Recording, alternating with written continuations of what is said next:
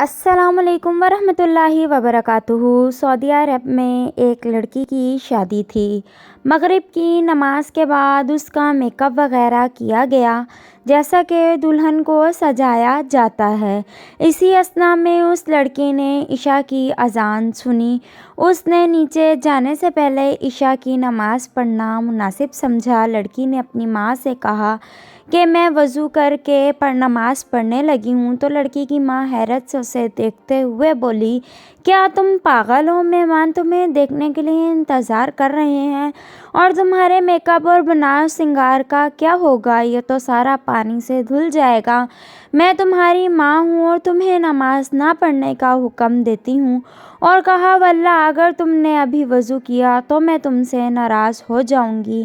بیٹی نے کہا، اللہ کی قسم میں یہاں سے تب تک نہ جاؤں گی جب تک نماز ادا نہ کر لوں۔ میں کسی کو خوش کرنے کے لیے اپنے اللہ کی نافرمانی نہیں کر سکتی۔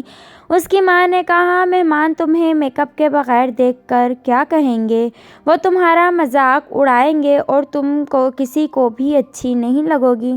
لڑکی ماں کی بات سن کر مسکراتے ہوئے بولی، آپ اس لیے پریشان ہو رہی ہیں کہ میں لوگوں کی نظر میں خوبصورت نہیں لگوں گی، لیکن میں تو اپنے پیدا کرنے والے کی نظر میں خوبصورت بننا چاہتی ہوں۔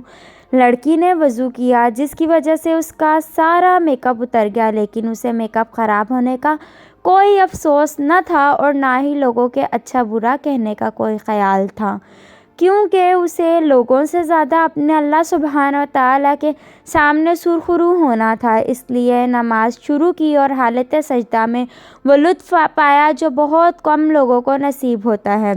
اسے تو پتہ بھی نہیں تھا کہ اس کی زندگی کا آخری سجدہ ہوگا۔ جی ہاں میرے محترم و مکرم قائرین کرام، وہ لڑکی حالت سجدہ میں اپنے خالق حقیقی سے جا ملی۔ کیا خوبصورت اور عظیم اختتام تھا۔ وہ اللہ کو قریب کرنا چاہتی تھی اور اللہ عز و جل نے اسے اس حالت میں سجدہ میں اپنے قریب کیا جہاں ہر مسلمان اللہ کے قریب ہوتا ہے۔ اگر آپ میں سے کوئی اس لڑکی کی جگہ ہوتا تو کیا کرتا؟ نہایت معذرت کے ساتھ یقیناً نماز کو ہی چھوڑا جاتا، جبکہ زندگی کا ایک منٹ کا بھی بھروسہ نہیں ہے۔